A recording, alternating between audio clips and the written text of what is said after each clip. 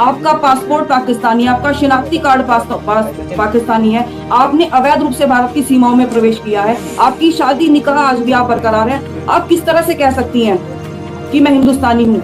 ये बताइए जरा। एपी सिंह लगातार भारत के लोगों को मतलब टारगेट करने का, टॉर्चर करने का कि ये डर जाएं, ये विरोध ना करें, ये ना करें। हमने निर्भया के लिए भी किया था, हम सड़कों पर उतरे थे, हमने कैंडल मार्च किया था। जो लोग भगोड़ी तक पहुंचे हैं वही उसकी रियलिटी और उसकी सच्चाई बता सकते हैं कि वो अपने बच्चों को किस तरीके से रखती है और कैसा उसका रहन सहन है। जैसे कि अभी आपको पता है कि कल के वीडियो में उसने बच्चों को बनाना शेक पिलाया था बनाकर, और क्या बोलते हैं उसको, मैगी बना के खिलाई थी। तो भैया मैगी में 2-3 चम्मच मिर्च कौन डालता है, वो भी 2 या 3 पैकेट में?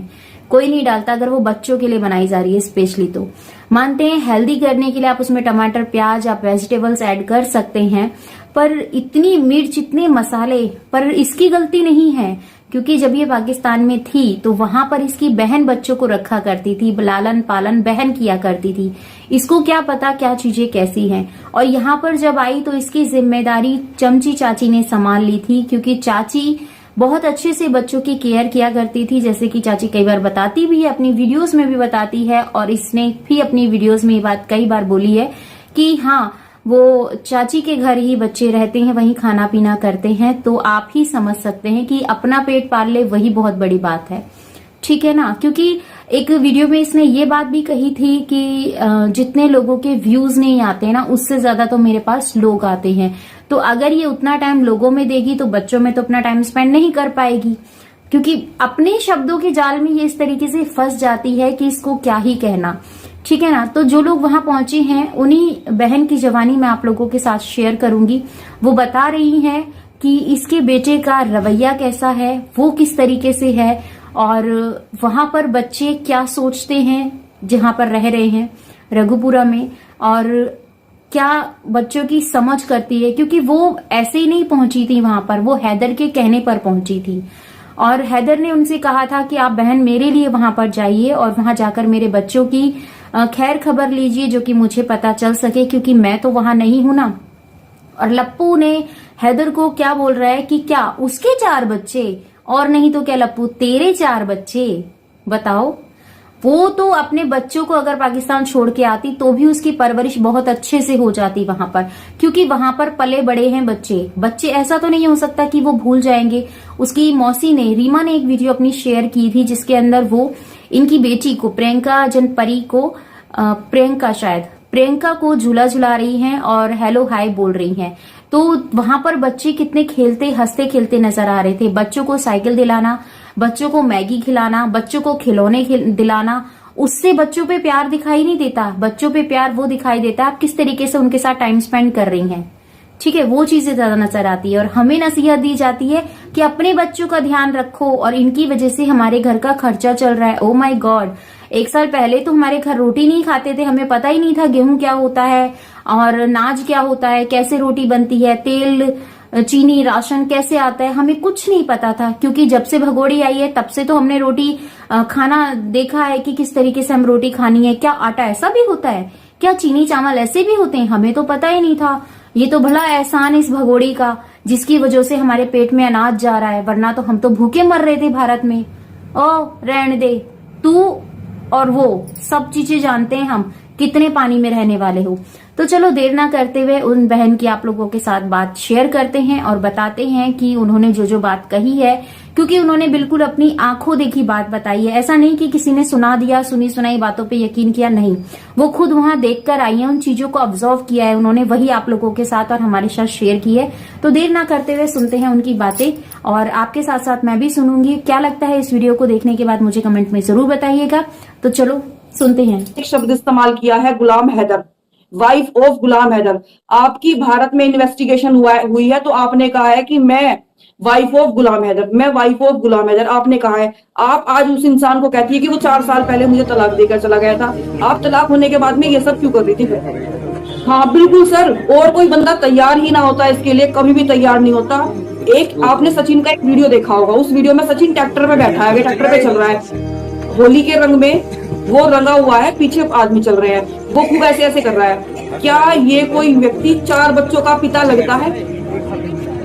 एक 21 वर्ष का व्यक्ति, ठीक है, इस्लाम में क्या, इस्लाम में अडॉप्शन नहीं है, किसी को गोद लेना नहीं है। बच्चे आज भी मुस्लिम हैं, बच्चे आज भी मुस्लिम हैं। और जब सीमा के धर्म परिवर्तन के बाद भी या सीमा की दूसरी शादी के बाद में सीमा का बच्चों से अधिकार खत्म हो जाता है।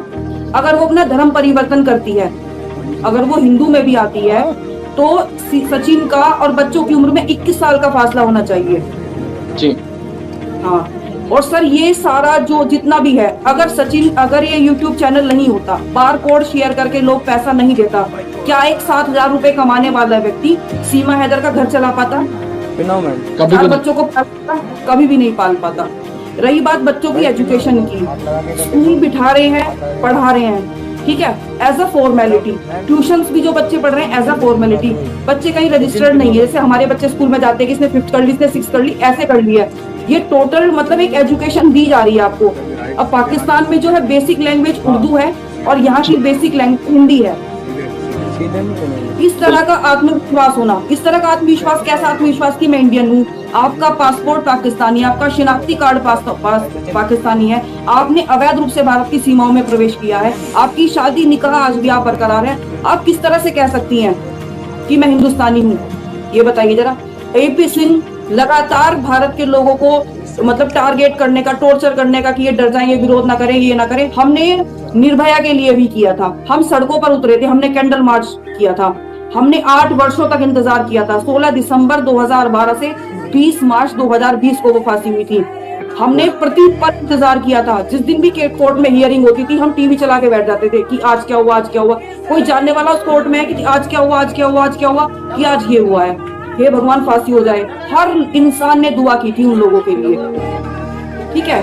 वो बोलती है चंद्रयान हुआ कि भारत ऐसा देश है, भारत ऐसा देश है, मैं सबको बधाई देती हूँ। मैच हुआ, चलो मैं सबको बधाई देती हूँ। कुछ भी भारत में काम हो, वो सबको बधाई देती है। क्या AP सिंह ने तुम्हें कभी कहा कि भारत में कभी कुछ ऐसा हो? मणिपुर हुआ, तुमने मणिपुर पे बोला कि हमें मणिपुर में दुख हुआ, मैं दुख जताती हूँ अपना। भारत में अगर कहीं बलात्कार हो जाता है तो तुम दुख जताती हो कि उस बच्ची के साथ में ऐसा हो गया, मैं दुख जताती हूँ? नहीं दुख जताती। बच्चे घूमते रहते हैं, लड़कियों के बालों के गुच्छे बन जाते हैं, कंघी नहीं करती है, सचिन कंघी करता है या बबीता कंघी करती है। और लखनऊ वाले भैया हैं, उन्होंने बात भी की थी फरहान से पूछा कि तुम बताओ, फरहान देखने में जैसा लगता है वो बहुत सीरियस बंदा है। जो सीरियस बड़े बड़े इंसान होते हैं ना, बातों को ऐसे बैठ के सुनते हैं, देखते हैं, वो इस तरह से रिएक्ट करता है। तो उन्होंने पूछा कि तुम्हें पाकिस्तान में रहना, हिंदुस्तान में? उसने बड़े दबे लफ्जों में ये कहा, हमें तो रहना है, हम तो कहीं भी रह लेंगे, या पाकिस्तान में रहे, हिंदुस्तान में रहे। तो शाहिद भाई, सीमा मार भी खा रही है, सीमा सब कुछ कर रही है, सीमा भारत की सीमाओं में अवैध रूप से भी प्रवेश किया है। लेकिन भाई दिल से कहती हूँ, बच्चे ईश्वर का रूप होते हैं। बहुत दर्द होता है बच्चों को देख के। अगर मुझे कोई कहे मेरे शहर से मुझे दिल्ली शहर में जाके बसना है, मेरे बच्चे उस माहौल में वो हो पाएंगे, मैं कभी नहीं जाऊंगी अपने को छोड़ के। वो अपना मुल्क छोड़ के एक अपने प्यार के लिए वो खुद को मिसाल देती है कि मैं मीरा हूँ, मैं राधा हूँ, मैं मीरा हूँ, मैं राधा हूँ। तो जो मीरा है, राधा है, उनका कृष्ण से कभी मिलन नहीं हुआ। उन्होंने भक्ति की, उनकी भक्ति की और उनको अपने अंदर स्वीकार किया। शादी किसी और से हुई। प्रेम तो वो होता है, प्रेम देने का नाम होता है, छीनने का नाम नहीं होता। और कहानी के पीछे का लॉजिक ये है कि सचिन उससे बात करता था। सचिन ने शुरुआती दिनों में उससे बात की, PUBG उसके साथ खेलता था। लेकिन उसने क्या किया, जब सचिन को ये लगता था बाद में कि ये पाकिस्तान की है, मुझे इससे बात नहीं करनी है, तो वो क्या करती थी, वो हाथ पैर अपने काट लेती थी। सचिन को दूसरी महिलाओं के नंबरों से वीडियो भिजवाती थी कि इसने तो अपने हाथ पैर काट लिए, तुम्हारी इससे बातचीत हुई है, पाकिस्तान, ये तुम हिंदुस्तान के हो या पाकिस्तान की है, अगर ये मर गई तो तुम फंस जाओगे। तो फिर अपना फोन अनब्लॉक करता था, इससे बात करता था। मतलब पाकिस्तान में इसकी पड़ोसी खवातीन कुछ और थी जिनके नंबर से, व्हाट्सएप नंबरों से वीडियो बना के सचिन को भेजती थी। हाँ बिल्कुल। और तब वो सचिन इसका नंबर अनब्लॉक करता था। वो 8-8, 10-10 घंटे इसका फोन अनब्लॉक करता था। ये अपने इंस्टाग्राम पर, जहाँ पर सचिन इसका फ्रेंड था, वहां पर रो कर वीडियोस अपनी अपलोड करती थी, सचिन के साथ फॉलो कर मतलब फोटो लगाकर, और अपना अकाउंट प्राइवेट रखती है। टोटल ही किस्सा ये ब्लैकमेलिंग का है। ये साइको पर्सन है, साइको पर्सन। एक दिन मैंने अपने YouTube लाइव किया और मैंने उस पर बोला कि सीमा अपने बच्चों का ध्यान नहीं रखती है, रघुपुर ये परिवार नशा करता है, सचिन नशा करता है, नेत्रपाल जी भी शराब पीते हैं। मैंने इस तरह की अपने लाइव में बात कर ली। उसने मेरा लाइव देखा और मेरे फोन पर लंबे चौड़े मैसेज भेज दिए कि मेरे बच्चे मेरी जान है, आपको किसने कहा मैं अपने बच्चों का ख्याल नहीं रखती हूँ? तो तुम क्या हो? तुम मुझे कैप्चर करना चाहती हो? हाँ, मेरी बहन हुई, मेरी पैकिंग कराई थी। एक लास्ट लाइव में भी इसने अभी बोला है कि अगर मैंने अपना मुंह खोल दिया तो सब कुछ बर्बाद हो जाएगा, इसने बोला भी है।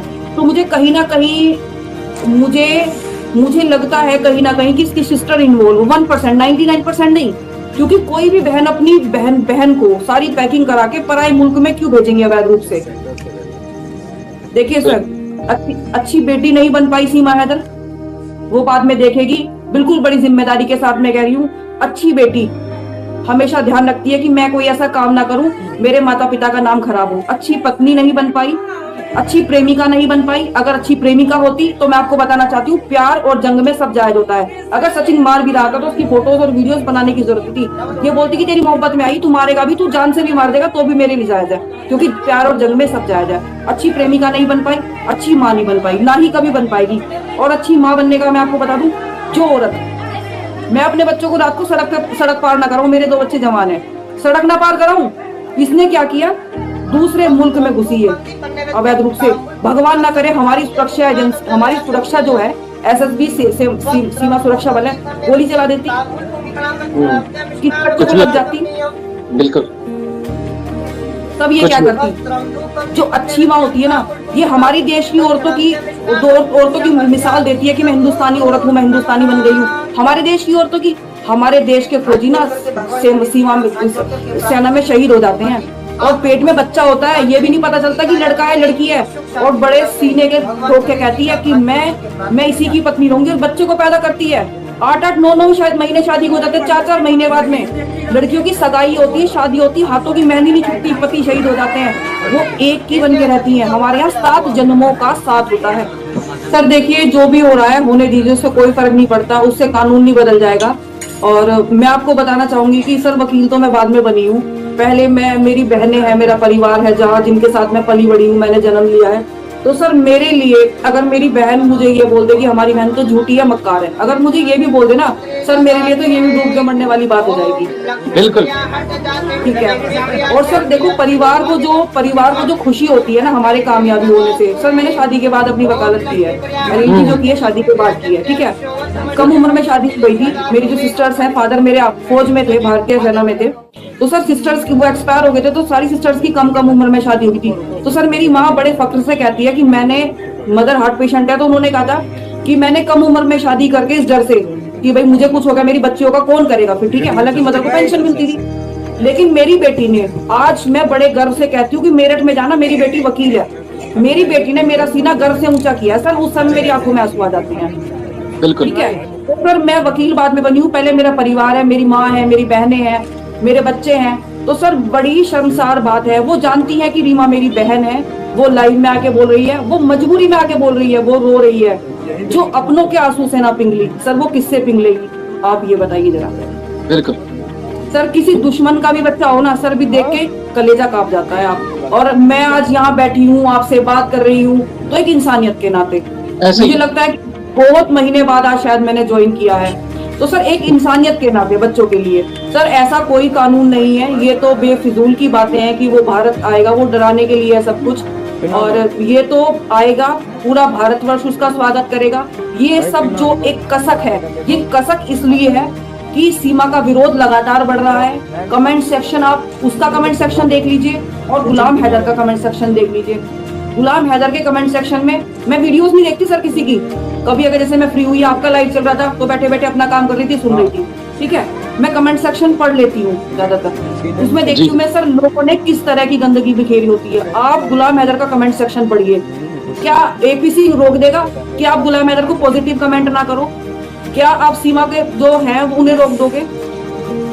ये अच्छी बात है कि तुम सनातन में आई हो, हम तुम्हारा स्वागत करते हैं, ये उनका लॉजिक सही हो सकता है। हम नहीं कहते किसी को कि तुम उसका सपोर्ट करो, इसका सपोर्ट करो, सपोर्ट करने से कुछ नहीं होगा, किसी के सपोर्ट करने से कानून नहीं बदल जाएगा। आज मैं खड़ी हो जाती हूँ कि मैं सीमा हैदर का सपोर्ट करती हूँ, लेकिन मेरे समर्थन से क्या होगा, वो उसका पाकिस्तान जाना नहीं रुकेगा।